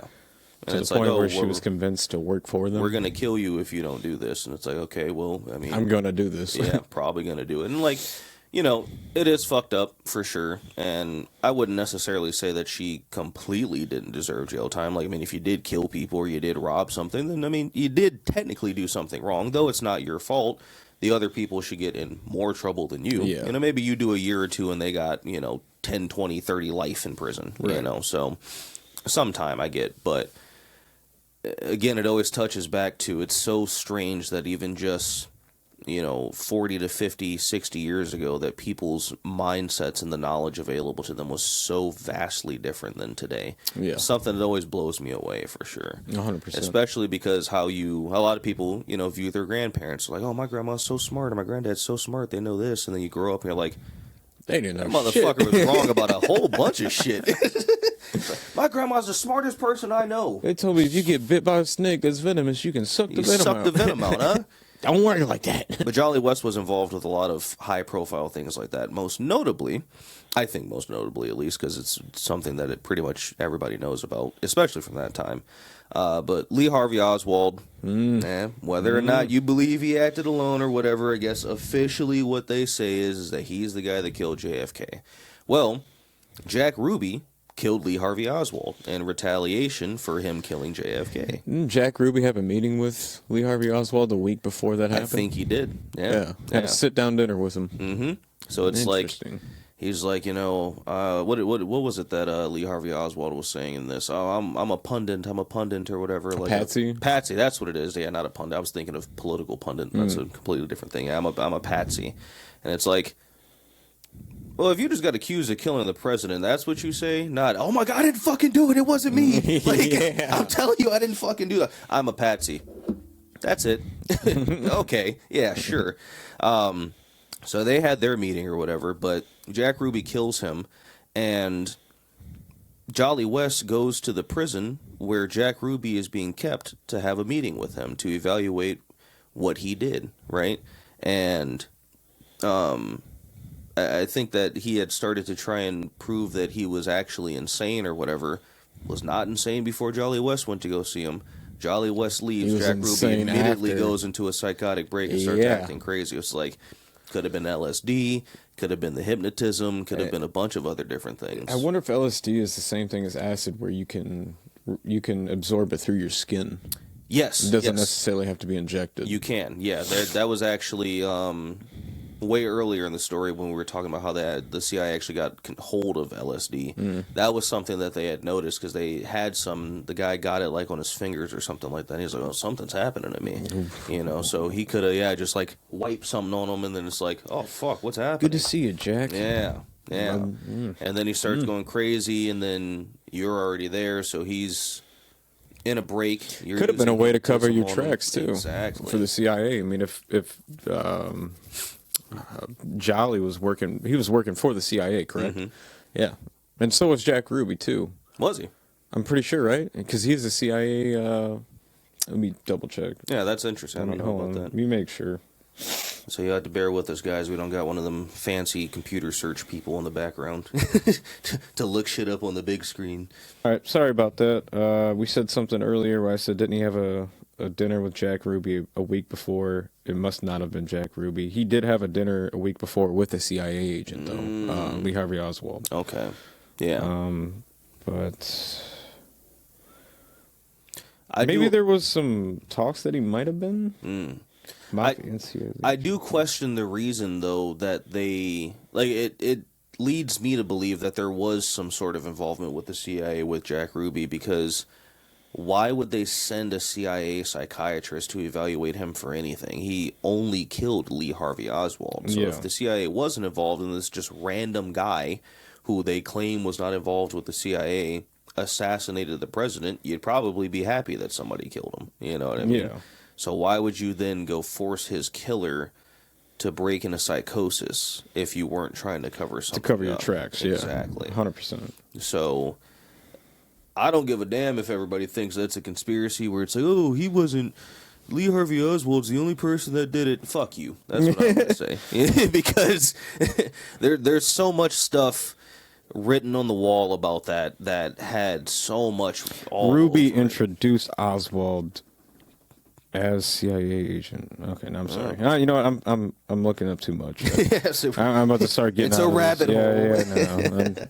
But very interesting. Yeah. I mean, the fact that like you would go to meet this guy to see if he's insane or not, and he's fine beforehand, but when you leave, he's completely out of it. Exactly. And that, to me, that's a way to cover your tracks. I don't know. I think Jack Ruby may have been involved in the mob, and maybe that's like something too. The mob wanted JFK gone as well. Right. You know, he was breaking up a lot of those mob families and getting them for the shit they were doing. So, you know, there could be some connection as far as like we worked with other groups to make this happen, like the CIA's working with mob groups to orchestrate some sort of way to make this happen. Yeah. There's a lot of weird involvement with CIA and JFK and all this stuff. The doctor's name, it escapes me. I'm sorry, but the guy that I was talking about that he was explaining to his son why he doesn't like doing lobotomies to people because of how barbaric it is. I have to find in the book, because I tried looking this up when I was researching for all this, and you know, AI and all that does not divulge all of this very easily. So I might be wrong in this, but I'm pretty sure it's JFK's sister actually got a lobotomy from that guy, and he fucked her up real bad. And so, yeah, you were involved. Why the CIA guy? Why this? Why all that? And it's all just crazy. There's so many ways of entry back into this same thing. There's so much involvement in that. It's hard to not believe, or at least not speculate, that the CIA had something to do with that. Oh, 100%, yeah. And I mean, stuff like that even happens to today. Like, you know, I think we mentioned earlier, like a lot of these government overthrows and all this stuff, the CIA is heavily involved in that, because they're the ones that go out into the rest of the world to do all of this other different stuff, you know, to do the U.S.'s biddings. So, you know, the MKUltra thing is only speculative because they burned all the documents, but the guy that ran the damn thing literally said we were doing this. God knows how much information was erased from that, and how many like experiments that they did. Like this guy told, like you said, he had a lawyer that he would be, not controlled, but you said he would like guide him through the way that he would talk about the things that they did. So that tells me that there was so much more fucked up shit. Because if he's willing to tell this kind of a fucked up shit, there's got to be a level beyond it that is like, oh, we can't say nothing about that. Stuff, right. And just who knows about what they were thinking too. Like, you know, this ties into like the Cold War. Like, you know, was that like was that one of the things they were thinking about doing? Like, how can we overthrow Cuba? Like, maybe we could do it through a sense of, because there was multiple different ways they try to overthrow Cuba, or they would want to overthrow Fidel Castro. Right. But I wonder if like that was one of the tactics, or that was one of the tactics they were going to possibly try to use on the Russians to like overthrow communism, in all these places, like in Vietnam. Vietnam was even involved with that. You know, the CIA heavily wanted to be in Vietnam. Stuff like that just makes you question why the fuck our involvement is what it is. Like, why would you want to be in this? Yeah, there's so much. Like, of course, there's going to be different governing systems all across the globe. Like, people don't just abide by the Constitution or like the Bill of Rights. Like, that's our country. Right. So if people are doing stuff different, like, why are we involved in it? Exactly. If they're not posing direct harm to us, you know, because with Russia, we worked with them in World War II. Yeah. You know what I mean? It was everybody versus the Germans, you know? And how did it go from that to immediately like, no, fuck you. Like, we don't want you having any of this stuff. You guys are communists. Yeah. It's like, okay, well, like, you can analyze things and say, okay, maybe that is a little fucked up, but, I mean, kind of like I was telling Ewen Taylor the other day, if people just mind their own fucking business for the most part, things would be a lot better. Yeah. You know what I mean? Well, that's what I think the difference is between, like, I get what you're saying about that, but America didn't want to mind its own business. They had maybe financial gain or like resource gain for doing what they wanted to do, right? And just like the Middle Eastern fights and you know, everything prior to that. Yeah, there's always something that they're looking for. It's not just as clean cut, like, hey, we have to protect America. Yeah, and I just wonder when. I mean, obviously, the last time it did is 9/11, but like when again that's going to come to bite us in the ass, because it's still happening today all the time. I mean, with everything going on right now, something's going to break at some point. I just hope it's not anything bad or detrimental to us and the people that live here. But it's like, maybe we should just stop fucking around at some point. You know, stop snooping where you shouldn't. Yeah, just let people do what they do. If it's not hurting you, we can do our thing. Let people do their thing. Yeah. Now, I mean, if there's like injustice in the world, like Nazi Germany, then yeah, I mean, it is good for everybody collectively to get on that. Well, it shouldn't just be the U.S. doing that, though, because no, 100%. Yeah, while we might be the baddest military in the world, we definitely aren't the largest. No, you know, it's like, do you really want to go fight China? I was about to say 300 million, 330, 350 million people here, and 1% of that is in the military. Yeah, 1% of that number, and China's population's got it's in the billions, north of 1 billion. Yeah. So. It's like, I probably don't want to fuck with them, you know? And I think, I mean, I'm not 100% sure, but is everybody required to serve in the military there? Or is that just like some of the Asian countries? Some of them do. Like, I know that. South Korea is like that. Like, you have to serve for at least 4 years. Yeah. I'm not sure if China's that way. I would imagine so. I mean, I guess they could just realistically implement whatever the fuck they wanted. Country, it's like, no, you all are going to. Sorry, don't care. I know Russia's probably like that too, where you have to serve a certain amount of time. Maybe. A lot of people always think that's weird, but given that I went through the military in a time of peace, I think that it's not necessarily a bad idea for people to at least experience like a boot camp and maybe 2 years of military service, right? If we're at war, though, I mean, yeah, nobody's just gonna fucking up and volunteer for jumping that. Up to be like, you know? Yeah, let's go do this. Especially, I mean, some people are. Especially for the reasons why we get into wars. I mean, like the people that are, and anybody hearing this that takes offense to this, I don't mean it offensively. I think a lot of those extremely patriotic people that are like, oh, fuck that, you fucked with America, we're gonna fuck with you.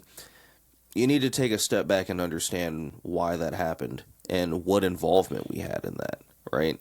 It's like, okay, yeah, I get it. You want to, defend your country and all that, but did your country just go do some fucked up shit to somebody and now you're fighting a war for no reason? Completely level an entire country. Yeah, you and all your buddies are getting killed now for something that literally has no effect on your everyday life.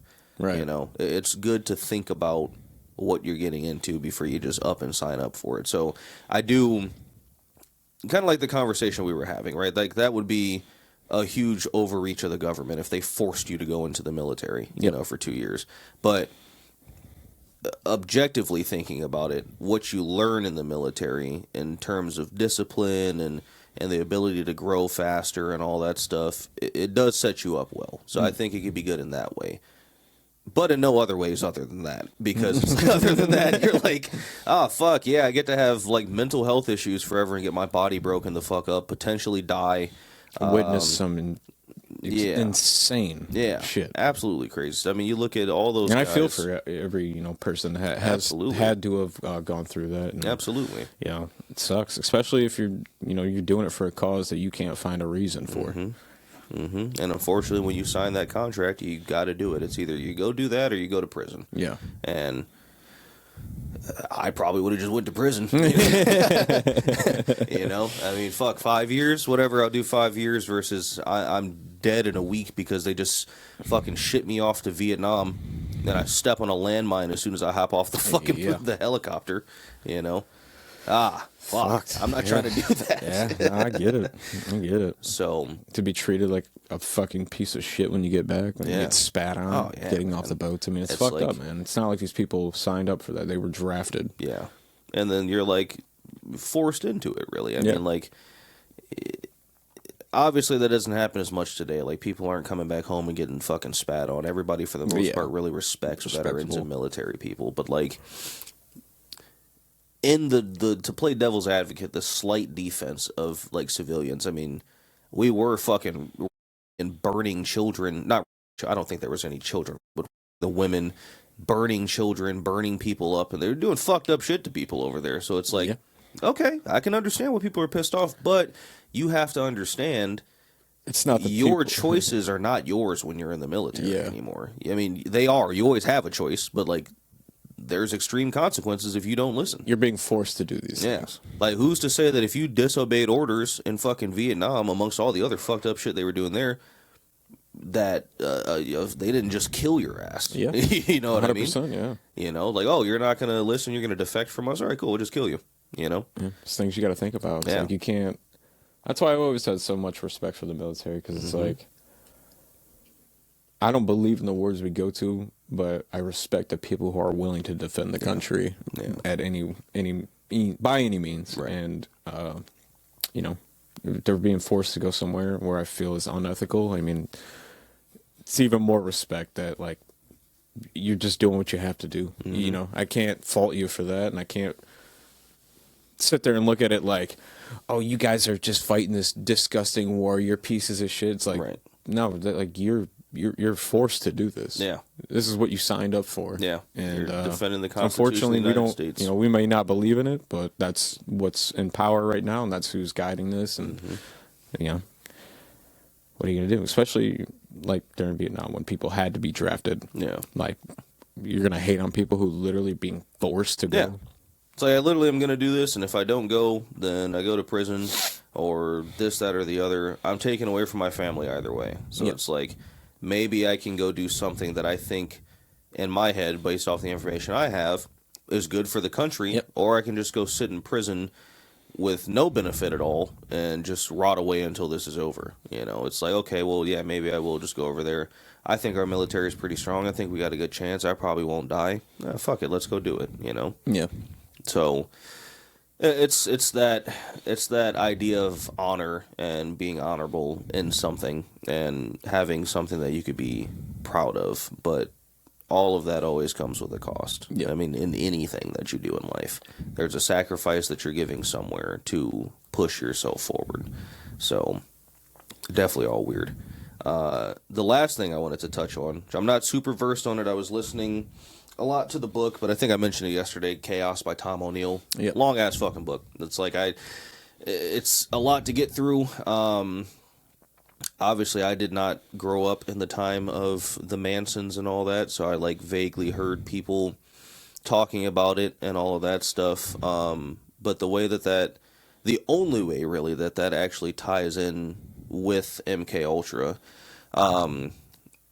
MKUltra created, I believe Jolly West was involved with this, Sidney Gottlieb, the Haight-Ashbury Clinic, right? So this was a clinic, a free clinic actually, that was giving out drugs, LSD, all this other different stuff, and Charles Manson was a regular goer to the Haight-Ashbury Clinic, right? So, like, it's known they were doing stuff with LSD, and it all ties in because, you know, there were CIA psychiatrists and stuff at these places, and, you know, maybe he had went in there and was talking to these people, because how was he so easily able to form a cult and have keep it going as long as he did, and have these people just do this crazy shit, believe that he's a god, you know, he's the second coming of Jesus and Satan at the same time. Sounds like a whole experiment. Yeah, it's exactly what it sounds like. It is an experiment. I mean? And how far can this guy take this? Yeah, I definitely want to do a separate episode just about that, really, just because there's so much in it.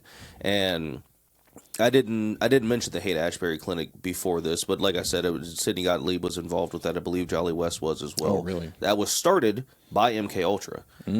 So obviously it's speculative, it can't be confirmed, but I mean, if we just use a little bit of logic and common sense here, an MKUltra CIA funded clinic that's giving out LSD is now host to the most famous murder cultist of all time. What the hell do you think? You know? Yeah, that's not just coincidental. No, That's not at all. Yeah. I won't dive too much deeper into it because I don't have all the facts about it and I haven't finished reading the book, but it is So once you read the book, we'll interesting. get another fully in-depth conversation specifically about that exactly. spot. Okay. That one will be a little bit longer coming because if it's anything like the prep for this, it took me fucking 2 weeks to read through this damn book twice, and this new book is twice as long as that. So it's going to be a while, but... Very interesting stuff, though, man. Yeah, MKUltra is definitely crazy.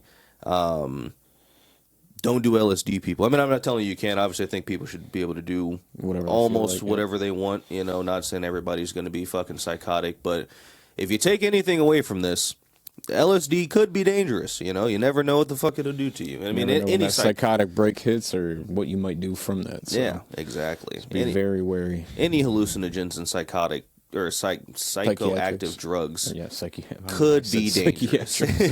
But yeah, psychoactives. Even weed for some people can be. Yeah. So just be careful in what you do. You know, do things in moderation. See how it affects you, and don't go around dosing people. That's a good lesson to have. Fucked up thing to do. It's a good way to get your ass beat. I'll just say that. Yeah. Or killed. Somebody might kill you for doing some shit like that. I can see that. Probably just don't. You know, don't do it. Be a good person.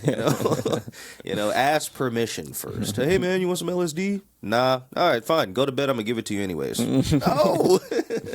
So yeah, that's the first episode ever recorded on this podcast. So if I thank you, Kyle, for being on with me, of course, and talking and having good, engaging conversation about that. Sure, I'll be on a little bit more. Yeah, whatever conversations you want to have, and you ain't got a counterpart to sit here.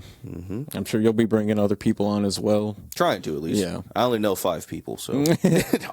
Well, anytime you find anybody interesting, I'm sure you'll be able to reel someone in to talk about stuff like. Yeah, it definitely will be cool. I'm definitely excited. Any mistakes you guys catch in this first episode? It's my first one. You know, give me a little. Feel slack. free to please toss it in the comments and then ask them questions. Yeah, ask questions. That you guys are curious about that he may know because he's read the books and whatnot. Feel free to drop something down there. He'll respond. Pretty much immediately. Absolutely, and I'll put links to everything that I read. You know, different things that you could find down in the show notes, the description. Obviously.